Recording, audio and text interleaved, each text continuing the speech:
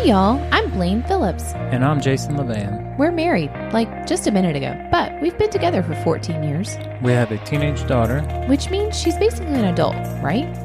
We're also growing a business on the side together. Wow, that's a lot. Yeah, it's a lot. Through all of that, we've learned how to improve so many aspects of our lives and show up in an amazing way. So we decided to host a podcast to share our journey with you. It's called Let's Do Life Together, because that's just what we want to do with you. So if you could use some tips and tricks on how to make life a little smoother, then you're in the right place. Come on in and let's do life. Oh my gosh, I'm so excited. We are coming in at episode 29 today. And for the very first time, we are welcoming a guest to our show that is not a part of the family. I know we've had guests before and they've always been family, but this is my sweet friend, Miss Melanie Kluger, who I'm so excited for you to meet. I haven't gotten to meet her in person yet, which is kind of crazy, but that's the big wide world of the interwebs, right? I mean, you're listening to me right now in your car, driving to work, or in your earbuds, walking around the car, which I love. And you're going to want to go ahead and turn the volume up, slow my speed down a little bit because you don't want to miss anything. Slide me into your back pocket and just listen to us because we're going to have a girlfriend chat. Really, just sit back, talk about some fun stuff, but I think things that are important for all women to hear because I know I needed to hear them from time to time. I'll probably still need to hear them again, and Melanie's the girl to shoot it straight with us, I guess. So without further ado, welcome super fun, the best accent around, and it's not Southern like mine. Melanie, hi, welcome. Hi, thanks so much for having me. Oh my gosh. So funny because in comparison to my family, I don't have an accent. Isn't that funny? That's the same thing with me because I've lost it some because I'm from Georgia originally, born and raised, and I had a pretty Southern accent. I don't anymore. People here still think I do. Mm-hmm. I think you do. So tell us all about you, your accent, and all the things. Well, I'm so happy to be here. So thank you for having me. And I'm Melanie Kluger, and I'm a New Yorker, but I now live in California. And I am a personal stylist. And I call myself a confidence booster and a closet connoisseur is what I like to call myself. I am also an author of The Confident Closet and a blogger of theconfidentcloset.com. Wow, that's like all the things. Like that's super professional. I love it. But you're also, I mean, those are some big things. Don't get me wrong. Because did you guys, let's back up. She wrote a book and she regularly writes on an amazing blog, also raising two small humans. Like, I'm also a mama to a 5-year-old. She's about to be 6, but a 5-year-old girl and a 2-year-old boy. And they are like, he's not 2, he's 3. That's how you know. Yeah, whatever. I mean, I think it's fine, right? 2, 3, one of those. he's younger than her. That's like second born. Right, second born always changes. I stopped at 1 because I was sure I would forget after that. So she's doing all the things and boosting confidence for women all around. And I just love her. We met online, like I said, and I love her style. I love literally her style and things about her. But one thing that she kind of gets me, like, I mean, she doesn't know this, but she gets me, but she wrote this blog post and it's been around, gosh, it's been around a while, right? Yeah. Mm-hmm. It's just recirculating. When did you write it? You know, I wrote it when my son was 1. So in like 2013, 2014 is when it kind of first came out on Huffington Post.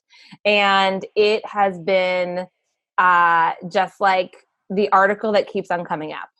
Yeah. You know? Yes, I can see that because when I read it, I'm going to let Melanie tell you all about it. But when I read it, it just like, it hit me because let me tell you, we're going to talk about sizing, clothes sizing specifically. That is exactly what the article is about clothes sizing and how it's kind of jacked up.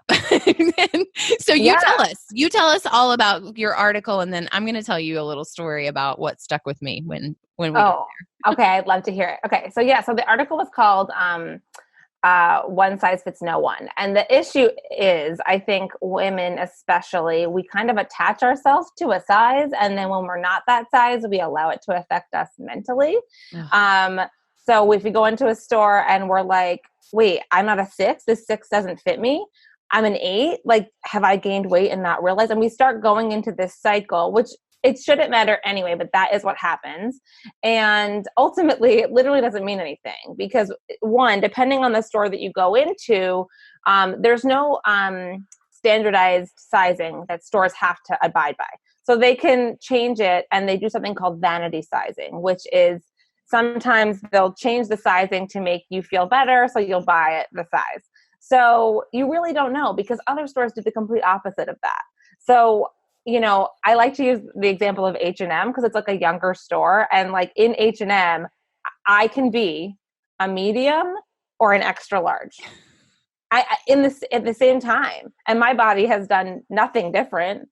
And it's just how their clothing. So even in each store, the sizing can vary. So stores make a decision on what they want their sizings to be, but even in that store, based on fit, based on the fit model, based on, if they want things to be sort of loose or all those things, there's like so much that varies. Which I think is bananas, kind of like, and also really frustrating to like the consumer who goes in and you're like, I don't even know where to start. Like, I don't know. And we are so conditioned to think we want to be one size. When I was reading this, I can think back. I've gone through a pretty tremendous weight loss journey in the last several years. And I used to be about 75 pounds heavier. And I was not happy with my body. I mean, and it wasn't just about the weight. I know that now, but then it was about the weight. Right. I had this black dress. I'm not even kidding. And I can remember it. I can see it. I know what it looks like. It was one of the few things that I actually felt good in when I put it on. But the size on the tag made me feel awful. Every time I looked at that tag, it was a size 18 dress. And that meant I was like ginormous, like the size of a barn or something. Like that was somehow embedded in me through years of whatever. But I liked the dress. But I would touch the dress and I would see this tag. I'm not kidding. I don't even know why I did this. Like, I don't know why I didn't cut the tag out, but I took a Sharpie marker and blacked over the size on the dress so I didn't have to see it anymore. But I liked myself in the dress so I could keep wearing the dress, and somehow it was able to block it. I did. I'd Sharpie markered over the dress. But that's the thing. Like, that's how like much weight we put on sizing. And the thing is also in society, I think we've somehow decided that we are not supposed to be an 18, or we're not supposed to be that size. And so, somehow that becomes a negative thing instead of thinking about how do I feel in this? Like, you felt great in the dress. But I was so wrapped up in the stinking size. What did it matter? That's so dumb. Especially because you could have been a different size in a different store. Right. It's so true. And I didn't know that then. I mean, I really didn't. I love the way that your article brought light to that. Like, hey, you guys know there's no standardizing for sizes, right? Right. Well, I'd like there to be. There's no USDA on sizing. Are you sure? But there's not. And that's true. Yeah. We know it. We know that because you go into a store and it's not the same, but we forget. I think the other thing in the article I loved was you talking about when you've worked with clients and they're in the dressing room and they maybe need to size up, and it doesn't matter about the size. Legitimately, it will likely look better on you instead of you needing to squeeze yourself into the 6. If you put on the 8 and you let the fabric fall and the buttons not bulge, like, you're going to look better in the thing. It's not necessarily the thing. And feel better. Yeah. Think about what your body feels like when you're trying to squeeze into something just to say that you're a 6 or whatever, but I think, or say that you're whatever size, but as moms, we also go through this thing where we have our clothes from before we were pregnant and all these, our body goes through this big transition then too. And so often that's, I went through that sort of at least twice. I mean, sometimes it's not even related to having kids, but for me, I went through that twice. And I am a firm believer in buying clothes that you feel good in. Like, you don't invest in like really expensive pieces after you have kids, but to like buy something that is a size that fits you, opposed to like trying to fit into these clothes. Like what it does for your brain is like, it's just not a great mindset to be in, you know? That's so true. I mean, we can talk about that a little more because I think we've all done it. We've held on to clothes in our closets on both directions. Like we've held Mm-hmm. on to smaller sizes that we're going to get back into one day. Mm-hmm. And we've held on to bigger sizes just in case. And Right. it's not serving us in either direction. I think it's holding us back. Totally. And I think also like usually those like transitions are years, you know, it's not like someone is like, you know, going through those huge fluctuations like week to week. So let's say like you do end up being that size again, chances are it's not going to be your style anymore anyway. So like here you are like really like holding on to these clothes in hopes that you might fit into them for in either part of the spectrum. But like, what is the other thing I always say is that like, what is that doing for you mentally? If you go into your closet and you're like, wish I could wear that, can't wear that thing, it's too big on me, or can't wear that thing, it's too small on me, I guess I'll wear this thing. Like you're not putting the emphasis on the clothes that actually fit you, that you like. You're putting the emphasis on the clothes that you can't wear, which is just like not how I want to wake up and get dressed in the morning. Oh my gosh, it's so true. And then it's like you're settling. Well, I Mm-hmm. can't do this and I can't do that. So let me settle. So you've just settled. You don't feel confident in what you're Right. putting on that day. Exactly. It's so yes. It's just so true. I can think back. I had a pair of jeans that I wanted. They were my gold jeans. I never fit in those jeans. Like I had Mm-hmm. never actually fit in them. They were gifted to me. I'm not even kidding. They were gifted to me by a girlfriend who was like, "Oh, you're losing weight. You're definitely going to fit into these." And I was like, "Okay." And I'm so excited. I don't know what they ever would have looked like on me, but they became my goal. The number on the tag, I put them up. I'm going to wear these jeans. And every day they taunted me. Like, and Right. I was making progress and feeling good in my body, but when I would look at the jeans, I wasn't because I never fit. And finally I was like, I'm donating those. Like, what in the world am I doing holding on to it in either direction? Like, oh Well, my. and also like you could have put those jeans on when if they did fit and not liked how they looked. Like someone just gave them to you, you know. And but that's the thing is like then you decided that's the goal, Mhm. right? And instead of the goal being to feel good, you know. Exactly. And likely because they were given to me by a friend who was like, "Oh, you're going to wear these. Like, they're going to be good." And I was like, "Okay.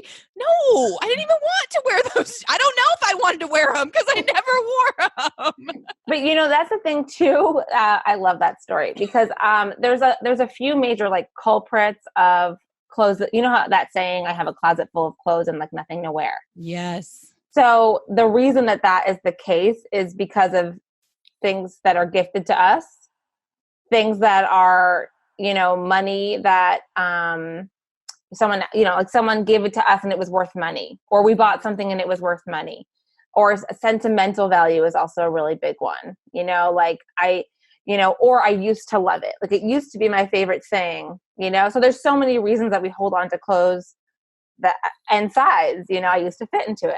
All those fall into place, you know? And that's why and that's why we wear like this small amount of clothes in our closet. Right. That we're settling on. Right. Instead of Yeah. like being like, this is the exciting, those clothes should be the most exciting, the They ones that you want to should. wear. Yeah. And I've learned that from you. I did. And I learned you Aw. said this once and I was like, she's so true. Like that thing that you're holding on to, like when you wore it, who were you then? Because you're probably not that person now. Like let's date back circa 5 years ago. You got some Right. 5 years ago jeans that you don't fit into anymore because your body has changed. I'm not saying it's bigger, it's just changed. Maybe it's Yes. muscular, more muscular, maybe it's thinner. Who knows? It's different because you're different. You really Mhm. want to rock the 5 years ago Blaine jeans? Like, I don't think you do. And I was like, I don't, Melanie. You know, but that's the thing. I think sometimes we just don't even think about it. We don't even realize it. And then all of a sudden, I have this theory. I call it like the someone's coming in my car theory, which is you don't realize it's a problem until someone's about to come into your car. and then you're like, oh my God, like my car's a mess. And I haven't cleaned it. It's like, so like there are certain things like, okay. And I'm not saying you should really put so much weight on what other people think, but there is a moment of being like, if it's through somebody else's eyes, right? It's so true. We all just need it brought to our attention sometimes. Yeah. Like you hear something, you read something and you're like, oh, Yes. well, I have been doing that for a while. Time to rethink. And you went through that huge transition where you lost all that weight. And, I think really feeling confident in your body now is like, it's a totally different body. And so things that used to flatter you before, probably different things flatter you now. So it's like a whole new language that you end up learning when you go through a huge transition like that. It really is. You're trying to figure it out and you feel like you're supposed to hold on to things and get new things, but you can't buy all new things because it's ever changing. It's just like pregnancy. Yeah. It's all those things. And sometimes you just need a good resource to walk you through. I mean, yeah, we all know we can figure it out. We've heard different things, but I don't know. I'm a girl for a good resource. And let me tell you about a resource. Our girl Melanie wrote a book. We said that earlier, but not just any old book. She wrote the resource book that you are going to need. The Confidence Closet. It's like taking your girlfriend home with you for those little gentle and nice reminders of the things that you probably need to tidy up or take a look at a little bit. But it's useful. It's real life information that's useful for your confidence and your closet. And I know that sounds so cliche, but it's just really true. So I'm going to stop gabbing. You tell us a little bit about this book. Where did it come from? How did you get this idea? And Tell me all the things about your book, my dear. What a nice way to put it. Thank you so much. I love it. So the Confident Closet came about. Originally the process came about when I had my kids, and I realized, whoa, like my body is different, but also my style has changed, and it was kind of like a shock to my system. Like, whoa, like who am I now? Like my lifestyle is different. My style is different. Like, everything had changed. So I went through a process, and I kind of created a process based on my knowledge. I was a costume designer. That was what I went to college for. And I worked on a lot of Broadway and off-Broadway shows. And then I worked with brides, and through those two things, and then working with a lot of entrepreneurs and just women in their closets before I had kids, I had sort of developed these different systems and really realized the importance of women feeling confident. And then when I had my kids, it was like, okay, I need to do this process for myself again too. And so through all that knowledge is how I created the Confident Closet. And it's broken down into 6 weeks. And it's not just about going into your closet and cleaning it out. It's first about really identifying your style now, who you are now, the things that boost your confidence now. Like I have this part of the book called The Beauty Basics, where I talk about like, what's your thing that makes you feel great? Like, is it your eyebrows? And it's not silly and it's not superficial. It's the thing that makes you feel good. So make sure you do those things. So we talk about all of that. And then we get into the closet, and I have all these different questions to ask yourself to make sure that you're cleaning it out in a way that actually is productive and helps you feel like when you go shopping, then you have a closet filled with clothes that you love. Yeah. And we also talk a lot about organization too. It's the questions. Those are the things. It's like having your girlfriend right here. My girlfriend Melanie's sitting here, and she's asking me these questions that are thought-provoking, and you're like, yeah, that is a good question. Yeah. What is it that makes me feel good? Because we all have our things. Yes. It used to not be my eyebrows, but let me tell you, now that I've found an eyebrow pencil and I have created eyebrows on my blonde face, I feel really good about them. And so what can I do? And confident. I used to be really confident in my MC Hammer pants back in the day. Like I rocked them like a rock star, but they don't serve me anymore, so they're not in my closet. I love your MC Hammer pants. That's so fun. But they're not in my closet anymore. But you know what's so funny is like certain things do for me, like you can kind of like, oh, there's a nod to, the fact that I grew up in the 90s. Like sometimes I'm like, well, I think I'm going to wear a side pony today. Like, and then you're like, oh, still parts of it, of your style evolves and changes. And then like, you'll be like, oh, I still like that thing that I did, as long as it's an updated modern version of the Right. I still like that side pony. I'll just not bust out the hammer hands to go with it. And the scrunchie. Oh my gosh. So it's not really an if, it's you need it. You need this girlfriend's guide. You need Melanie. And the confidence that she brings and the confident closet and going through the steps. I mean, it's because of her that I bought good hangers for my closet and now my things don't fall off. Aw, that's so nice. I'm so glad to hear that it's been helpful for you. It really is. It's all the things. It's the organization to help you feel good when you look at the space. It's the questions to ask to know what should be in the space that makes you feel good. It's the accessories and what is good and what is not, and just making you feel good. And that's what it's all about. The title says it all, The Confident Closet. You can get it, I'm sure, anywhere, but you can get it on Amazon. That you can get it at local bookstores too, because she's right there in her local town, living the West Coast life. But you can get it on Amazon as well. Yeah. You need it in your life. You also, you ready? I'm going to put you on the spot. Okay. You ready? I'm ready. Tell her this. On the spot question for all the mamas and ladies listening.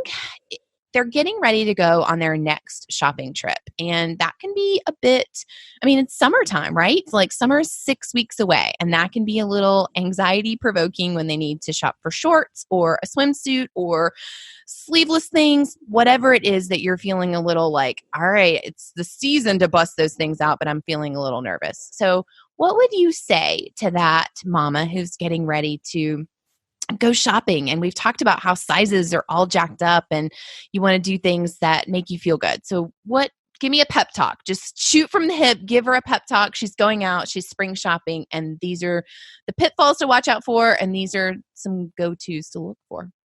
Okay. So, first there's two things I want to talk about. One is how to, go shopping and not feel stressed about it, right? So that's the first part of it. It's like, okay, you're going to do this thing. You're a little nervous to begin with. One, don't go with your kids because you're not going to be focused and it's going to be frustrating. So that's like a no-go. And make sure that you've, showered and you've taken some time and you know what you're looking for. Just take a little bit of prep. But when you go on your shopping trip, you're not rushing out the door. You have 15 minutes. You're going to just do it at Target because you're getting food. Think it through, That's the first tip. I think sometimes people who don't like shopping, who get overwhelmed by it, just try to sneak it in and really just try to make it an enjoyable experience, have some snacks.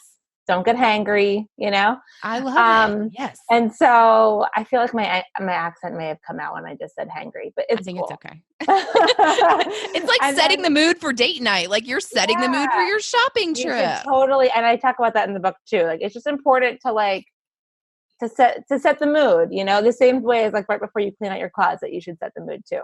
Nice. But so, and then the other thing is, you're going to go to the beach with your kids. You're going to go to the pool with your kids. It's going to be hot out. So you have to do it. You have to wear those pieces, right? You're going to wear a bathing suit. So instead of I think resisting it, realize that everyone is doing it, right? Everyone has to put on a bathing suit at the pool, right? And so I think so often we are thinking about other people's opinions of our body and other people's opinions. And really, it just is about how you feel, And so if we can try to forget, I think it's so true, especially with bathing suits. No one's looking at anybody else. It's so true though. I think we get caught up in that. And it's you do what you like, what makes you feel good. And just don't focus on what anybody else would think of you, and just pick something that makes you feel your best. That's so good. So good. Because everybody's worried about their own selves. It's so true, unfortunately. Just as some kind of way about ourselves as anybody else. So just do what makes you feel good. Even if you need to Sharpie out the size on. Oh my gosh. And the sizing thing too is we kind of touched on this, but I also just want to say if you can just legit forget about whatever the size it is and focus on how you feel in it and how it fits you, like you're going to be way more confident in the size up. You will, if it feels too tight and uncomfortable. It's so true. And I take a page from my daughter's book. She's 13 now and she's like the fashionista, or she thinks she is, which is funny, but we'll go to try on things and she'll be in the dressing room. And I love that she hasn't been distorted by it, because she'll just say, Mommy, these are too tight. I need a different size. Like she doesn't even know what I might have grabbed her to start with. She just knows it needs to be different. Like, give me a bigger one or a smaller one is what she'll say. And she walks out with these fit. She couldn't tell you right now what size these fit equals. She just said, oh, that's great. Like, yeah. And she's 13, so that's good. So like keep up whatever you're doing. That's like, I'm always really conscious of how we can, like, what would it be like if, especially the girls, but the kids in general, like grew up not having any sort of negative opinion of what they should or shouldn't be, what their body shouldn't look like, should or shouldn't look like, like, I just think in this culture, like, people just say things. They don't even realize, like, oh, I look so fat in that. And just say it in front of a 5-year-old because they don't think there's anything wrong with it. And I'm like so sensitive to it. Right. Like, I would rather you curse in front of my kid than talk negatively about your body, It's like, so true. What would happen if we just, I know. What would happen if my daughter just, and she's going to, right? But what would happen if she never heard someone speak negatively about themselves, Well, that just means we need our daughters to follow you and be because you say such kind things. And thanks. It's true. We need more people like that are conscious of it and speaking life and love over your body and your everything, but specifically your body. And I haven't always been great at that, but somewhere along the way, my daughter got better than me. And I think that's what we want for everybody else. And so to see her not speak negatively about herself and to see her build other friends up who do start to worry about their body is good. So it's just a reminder for us of what we're allowing in our lives, what energy we are, who we're following, and are they speaking positivity. So Melanie is definitely one of those people. If you want to head on over and follow her on Instagram, oh boy, are you in for fun. Check out her stories because she is going to likely bust out in song at some point. Her kids are going to do something freaking adorable at some point. And there's going to be a side pony. I mean, I'm just saying. Plus, she'll give you great tips on being confident in your skin and staying organized and just doing all the things because that's what she does. But she does it in such a great way. So tell us your Instagram handle, girlfriend. Oh, it's at Melanie Kluger, Kluger. Yes. What a fun name. And you can go follow her, even just you want to be girlfriends because that's what she is. She's good. Oh, yeah. Come say hi.